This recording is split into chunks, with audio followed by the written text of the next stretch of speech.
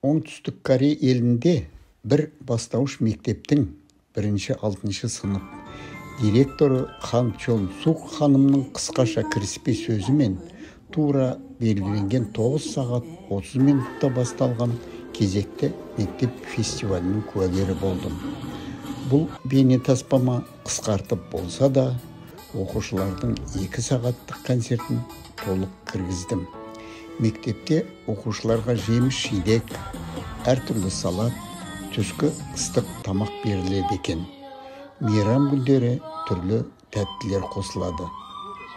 Мейрамда балалар ата-аналарына сыйлыққа қолөнер жасайды екен.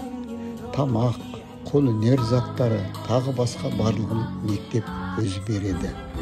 Ата-анадан ешқандай төлем жоқ. Бұл кәдімгі мемлекеттік мектеп. Концерттен соң кірерде берген аяқ пакеттерін бақила шешіп сыртқа беттедік. Шыға берісте қалағаныңша тегін ішіп дорба қойыпты. Оның неге керегін сыртта түсіндік. Балалар мен мұғалімдер қатысқан үлкен жәрмеңке басталыпты.